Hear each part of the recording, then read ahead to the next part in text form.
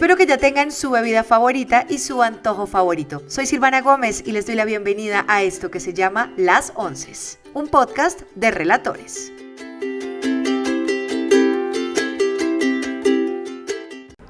Bienvenidos a Las Onces y repito con Ricardo Silva, bienvenido, que además ahora eres podcaster. No, esto es un nivel muy alto, me siento muy honrado de repetir además. ¿Cómo te ha ido? Bien, he estado contento, todo funcionando en orden, con que la rutina se cumpla ya todo es un éxito. Y además tú y yo nos tomamos Las Onces muy en serio. Claro. Nos gusta venir a Masa además. Que es buenísimo y todos los espacios que hay son fantásticos. Hay que agradecer, muchas gracias a la gente de Masa por permitir hacer este podcast hoy acá. Realmente muy generosos. La verdad sí. Bueno, decidí invitarte de nuevo porque en la última conversación hablamos sobre escribir sobre Colombia, ¿no? Que si no se han oído ese episodio, háganlo, que está bien chévere, acá en Masa también. Sí, y pasamos muy bien ese día. Pero quería hablar contigo sobre escribir, porque siento que es algo que mucha gente quisiera hacer, que no es tan fácil, que obviamente personas como tú pues estudiaron para eso y pues se dedican a eso, pero yo siento que también uno tiene que tener el don por allá lejano y el gusto por querer escribir. ¿Cómo llegas tú a eso? ¿Cómo te das cuenta que a ti te gusta escribir? Bueno, es buenísima la pregunta y es un recorrido la respuesta, porque como tú dices, yo creo que todo el mundo lo puede hacer. Incluso a veces me parece que todo el mundo lo debería hacer. Creo que es la terapia más efectiva. Creo que es lo más útil para articular lo que uno sospecha, lo que uno siente, lo que uno piensa y no tiene todavía claro cómo decirlo.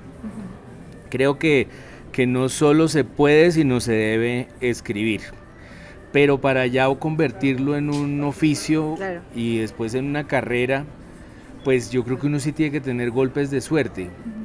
Otros dirían destinos, pero sí le sirve a uno, por ejemplo, tener papás que no piensen que uno está loco cuando les dice que quiere escribir, por ejemplo. Claro, que no te digan, mijo, eso no puede vivir, hay otras carreras que dan más plata, por ahí no es. Exacto, eso puede pasar fácilmente y a mucha gente lo puede desanimar, no es una bobada, es decir, pasa.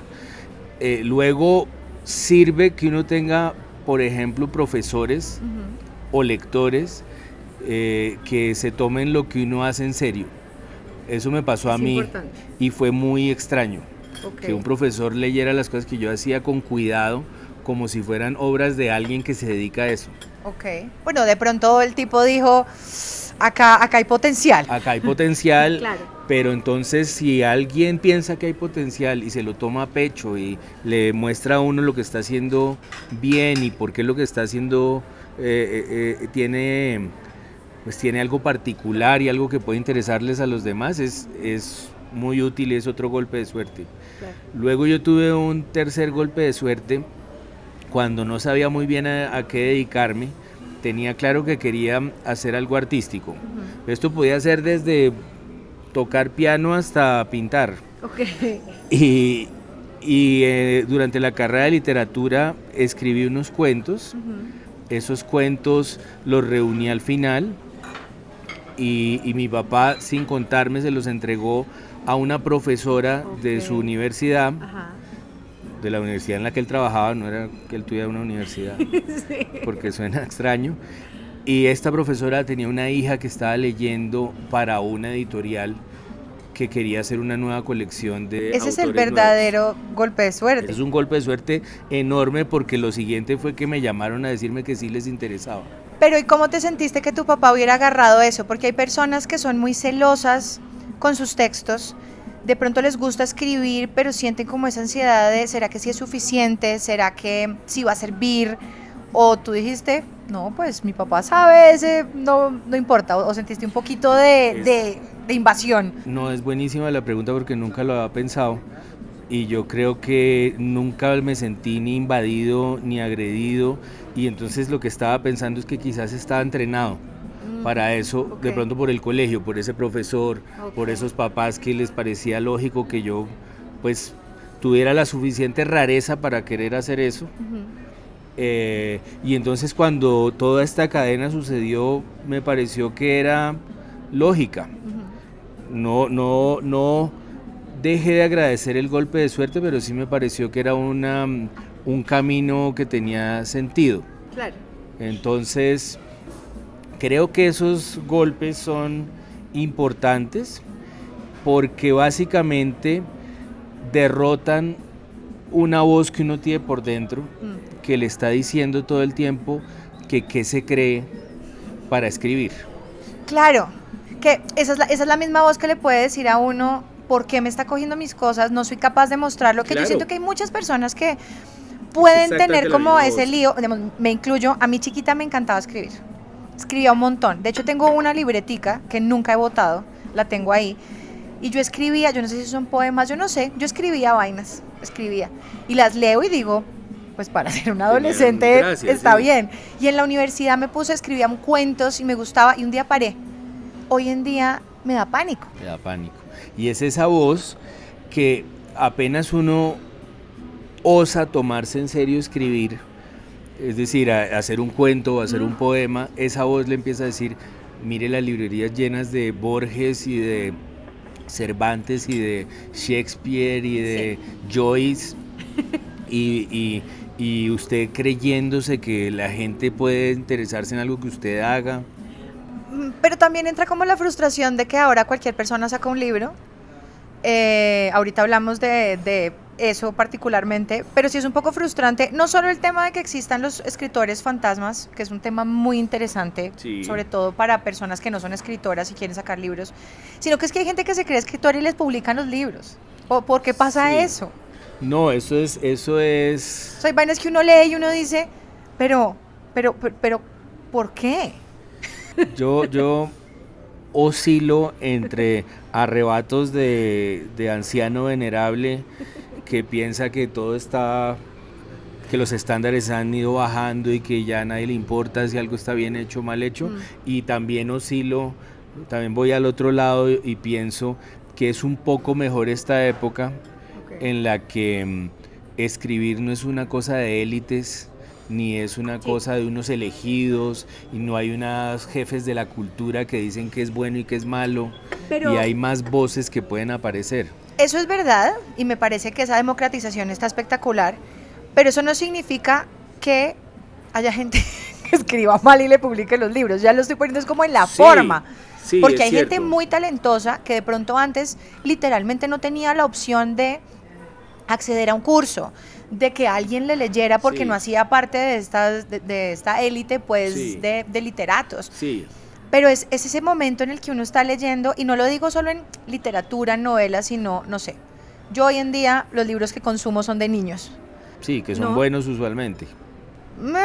Hay unos que uno dice, no, hay unas vainas que uno dice, esto, Esto lo hace uno en una tarde, sí, a veces pero ni en pasa una tarde, o sea, son diapositivas prehechas eso. Sí, de PowerPoint 98.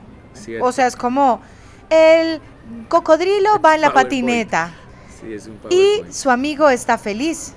El hada quiere darle bellotas y se acabó el libro.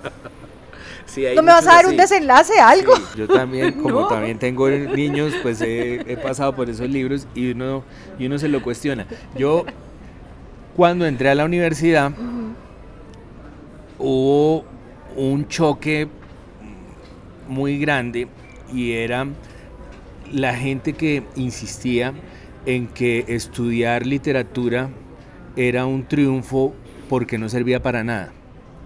Era una posición pedante. Ah, claro, como de ir Somos contra el unos sistema. pocos, sí, somos Claro.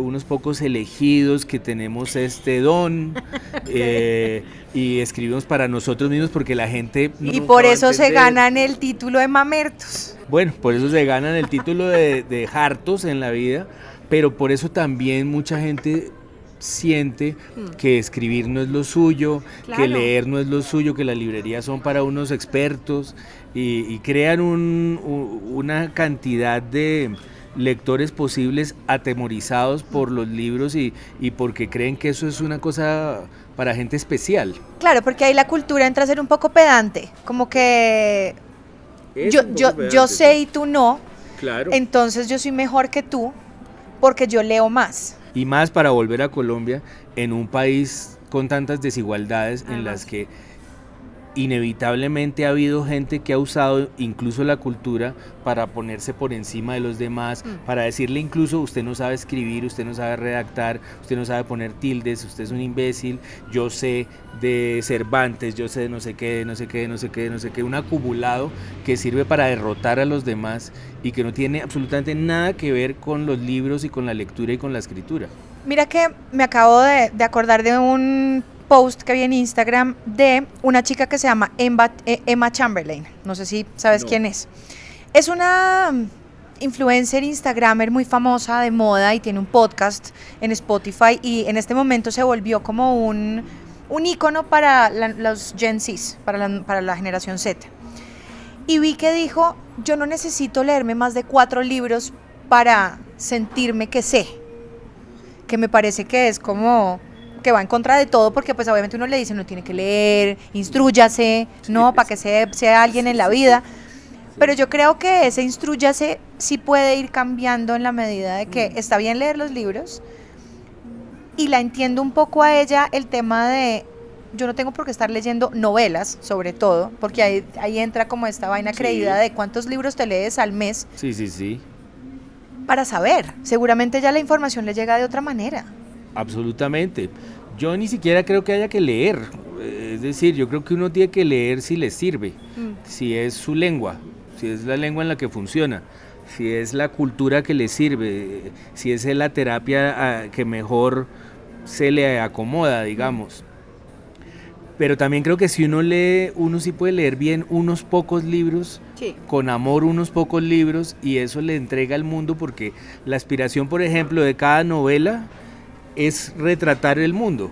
Entonces, si uno se leyera 5 novelas en su vida bien, estaría leyendo el mundo seguramente. Claro. Y eso me parece que es de recalcar. Ahora, el que quiera leer muchos libros está perfecto, el que quiera leer 3 está perfecto, pero es cuando le empiezan uno a decir qué hacer desde el tono de somos unos pocos, somos unos elegidos, ustedes no tienen ni idea de lo que están haciendo. Otra cosa que tú decías es muy importante, y es, tampoco es necesario leer novelas, uno puede leer el libro que quiera, ni siquiera es necesario leer literatura. A mí me fascina, por ejemplo, leer biografías.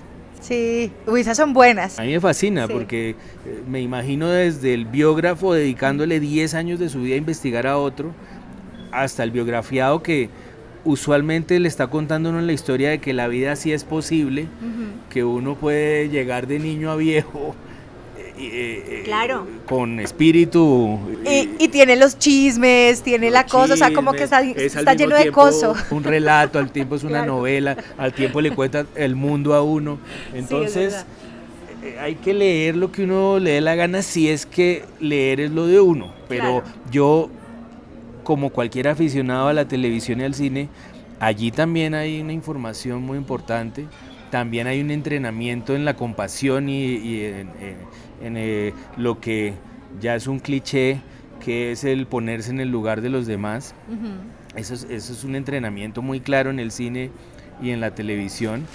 Y convencer a la gente de que lea no es posible. La única manera, como sabemos los que hemos tenido padres lectores y los que ahora tenemos hijos, la única manera de que alguien quiera leer es el ejemplo, como siempre, que lo vean a uno leyendo. A mí me impresiona mucho esos papás que le insisten a los hijos que tienen que leer, pero no leen. Eso es muy hipócrita. pero nunca leen. Los adultos somos muy hipócritas con los niños, en general, en todo. Cómete el brócoli, pero yo no me lo voy a comer. Léete el libro, pero qué mamera leer. No uses el celular, pero yo estoy en el celular. Sí, no puedes pasar más tiempo en la pantalla, y todo el mundo está en pantallas todo el día. Eso pasa exactamente con la lectura, y yo creo que solo siguiendo un ejemplo uno llega a leer y a darse cuenta que cuando uno lee está consiguiendo cosas que no consigue de otra manera. Es decir, el cine es muy útil, la televisión es muy útil, la música le da a uno pues muchas herramientas para sobrevivir, pero la literatura da unas, y los libros en general dan unas que no da otro medio, otra forma. Y eso es una maravilla cuando uno lo descubre. ¿A ti te ha pasado que hay momentos en los que dejas de leer o tú siempre estás leyendo?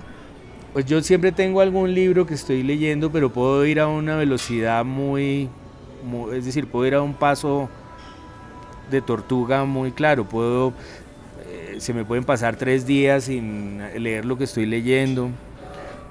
Puedo llegar a un día en que lea 100 páginas de lo que estoy leyendo. No tengo un orden muy claro. Por épocas trato de tener más disciplina. Entonces, de leer, por ejemplo, apenas se van los niños al colegio, así sea 1 hora. O de leer en la noche.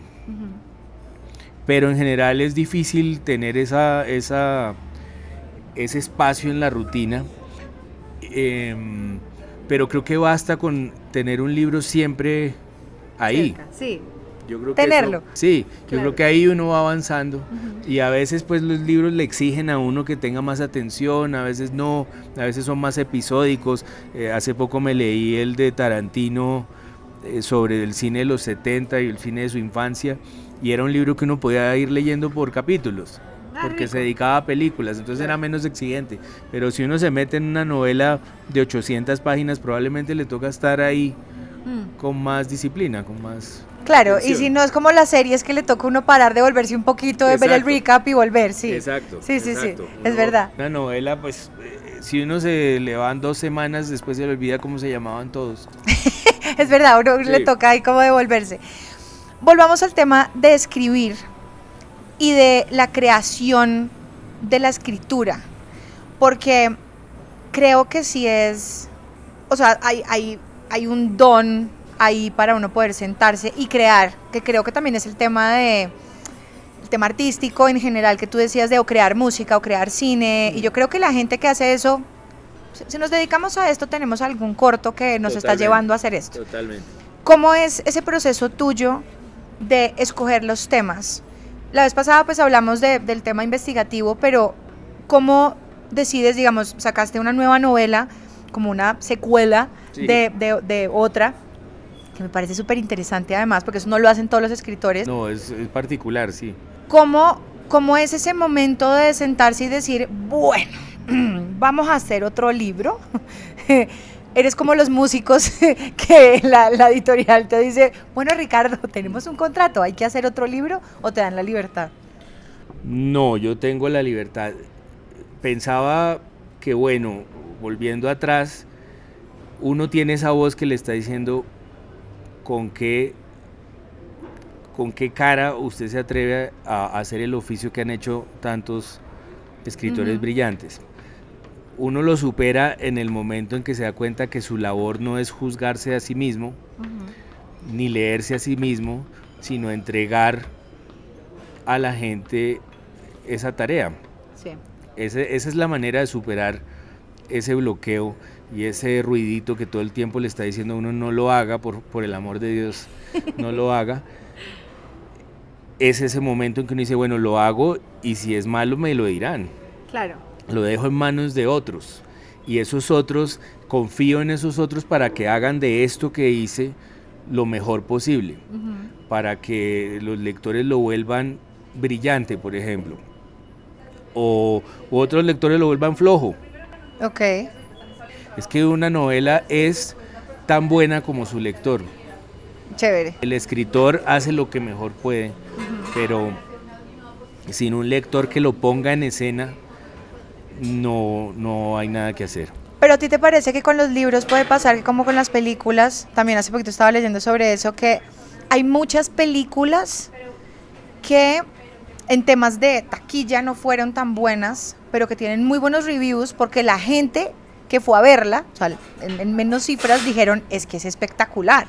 Sí, Pasa con los libros igual, que uno dice, es una joya, pero realmente o no tuvo la publicidad, o el título, algo pasó, o alguna cosa, como para que no le llamara la atención a todo el mundo. No, pues me pasa a mí, es decir, hay unos libros que yo veo que los lectores les gustan y tienen unas ventas mayores y venden muy bien, y hay otros que no tanto, y hay otros que uno dice, no sé qué pasó, si invertí absolutamente todos los rincones que tengo de alma y de corazón y todo, me invertí completamente en esto y no pasa nada.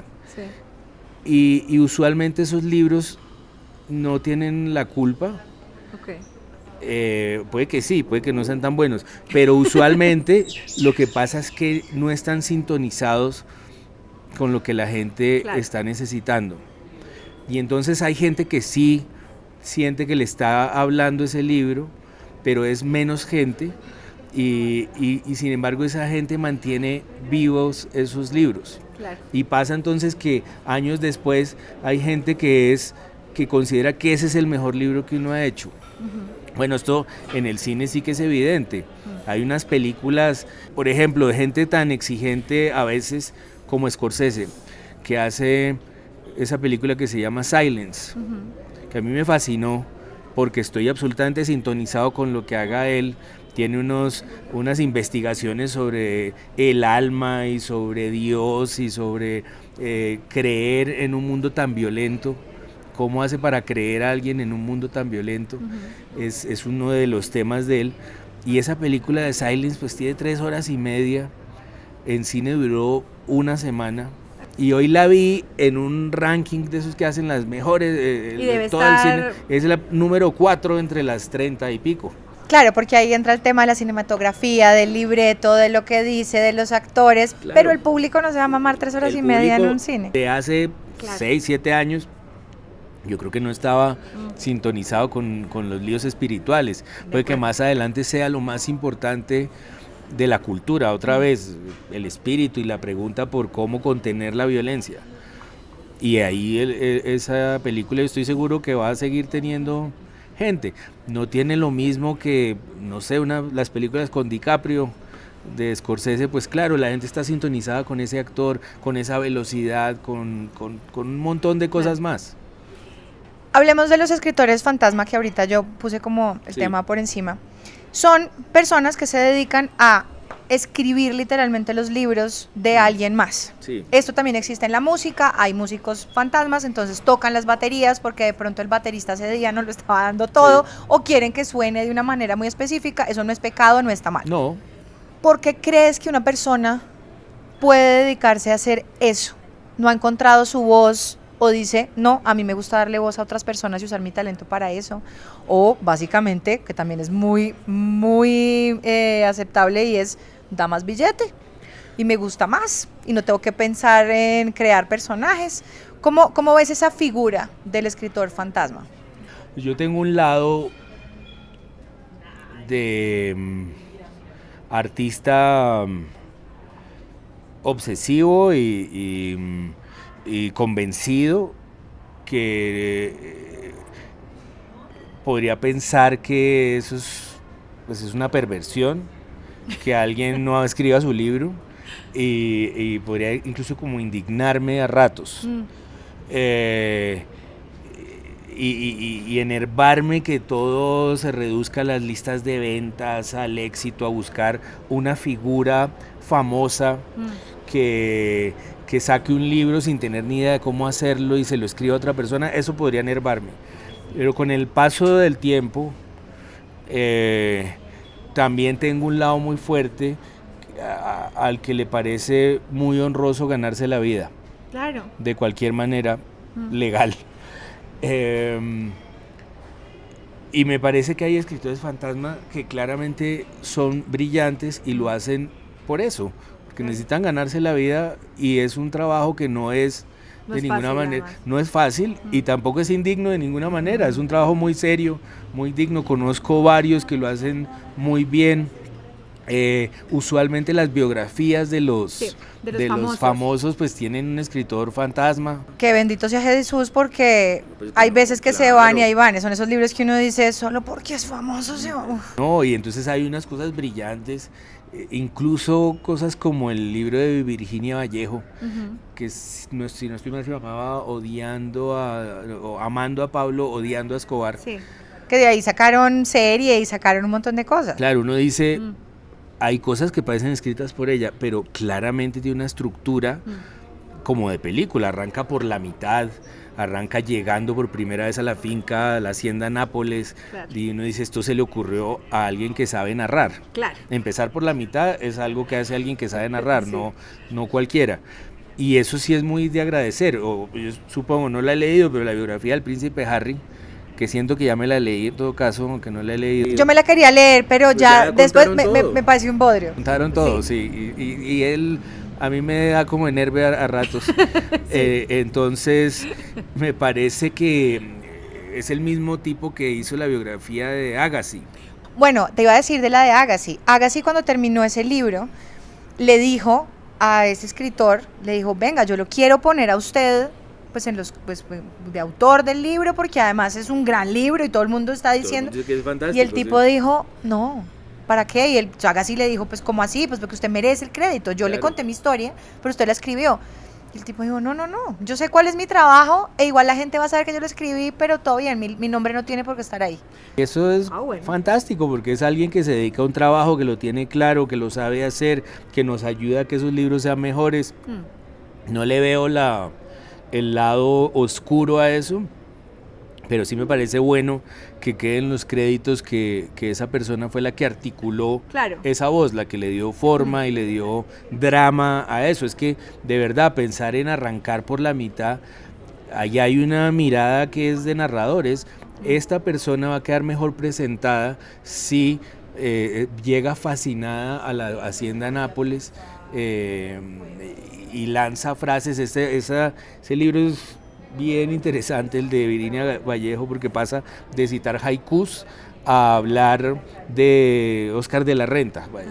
Tiene unos saltos que uno dice, sí es la voz de ella, y alguien que lo escribió lo supo contener y lo supo presentar. Que esa parte es la más importante, Claro. ¿no? Para que también uno como lector pues tenga una buena historia que leer. Me acabo de acordar que yo tengo un amigo del mundo de las revistas, que ya cada vez existe menos el mundo de las revistas, que es Pacho Escobar. Pacho Escobar es un periodista fantástico que sabe mucho de cine y es el escritor fantasma del Dr. Jaramillo. ¿Ah, sí? Ahora, esto no es un secreto, el doctor Jaramillo lo dice, lo presenta, lo reconoce, se lo agradece, y Pacho mismo lo comenta, y pues es el libro más vendido en Sí. Colombia en los últimos 5 años, está hecho por un escritor fantasma que además es un tipo con mucho talento, ¿Y él por qué se dedica a eso? porque es una manera de ganarse la vida, me parece. Yo creo que esa es su forma de ser, es un tipo que sabe divertirse con todo lo que hace, que sabe encontrarle el lado feliz. Yo creo que él pasa feliz Hay gente que le gusta también estar detrás de escena. también, pero él también ha estado adelante en la escena. Él dirigió, ya no me acuerdo si es GQ, había una edición colombiana en un momento dado. Sí. Creo que él la dirigía, él trabajó en esas revistas de Televisa mucho tiempo. Y allí era la cara y bueno, salía en todas partes, y ahora dio ese paso atrás, pero también tiene sus propios proyectos. Yo creo que esa gente también, los escritores fantasmas, van y vienen y creo que tienen también muchas veces un ego suficientemente fuerte para resistir ese vaivén, de a veces estar atrás y a veces estar en el escenario. Claro. Ricardo, ¿tú qué consejo o qué recomendación le darías a alguien que quiere entrar al mundo de la literatura?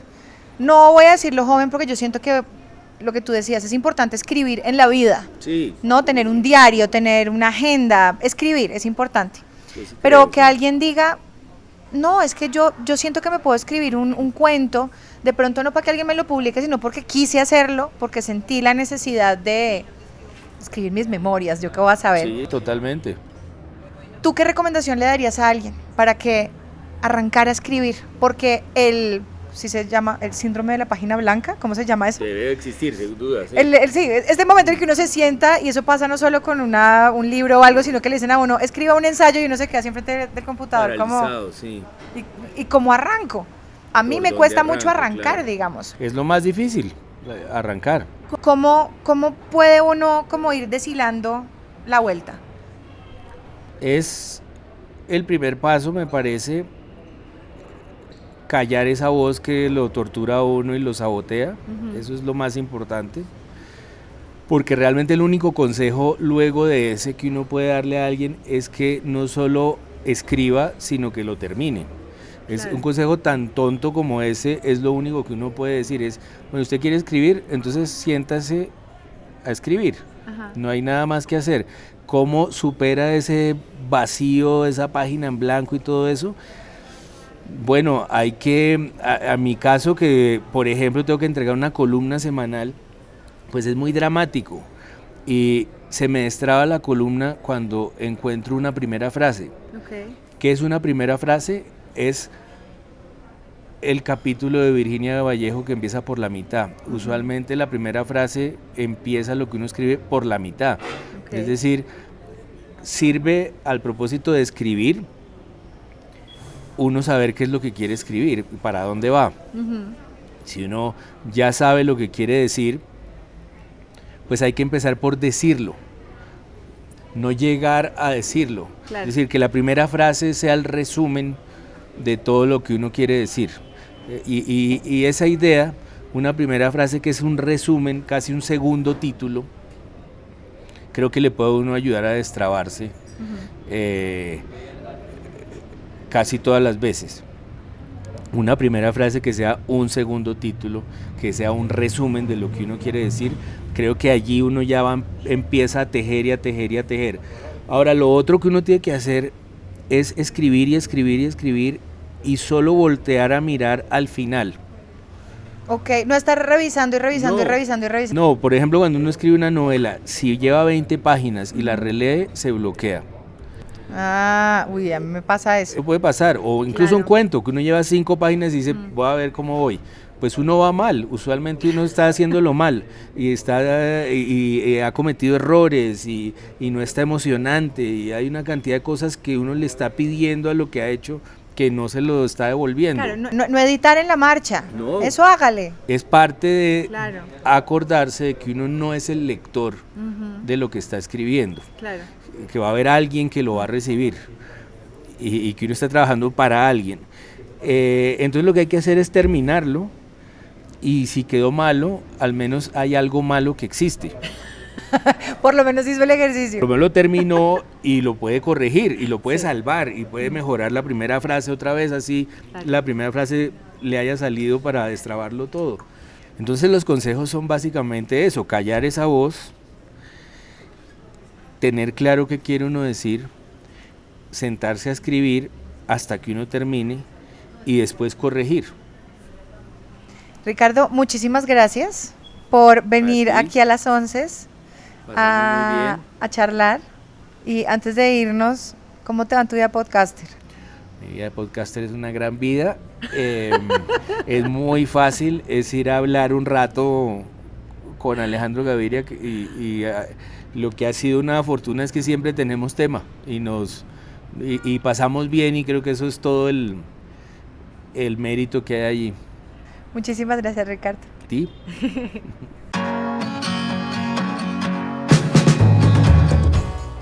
Si les gustó este episodio, no duden en compartirlo. Prendan la campanita para que les llegue la notificación cada vez que haya un episodio nuevo. Me pueden seguir como @Silvana Gómez en todas las redes sociales. Silvana con Y. Nos oímos en unas próximas 11. Un podcast producido por Relatores.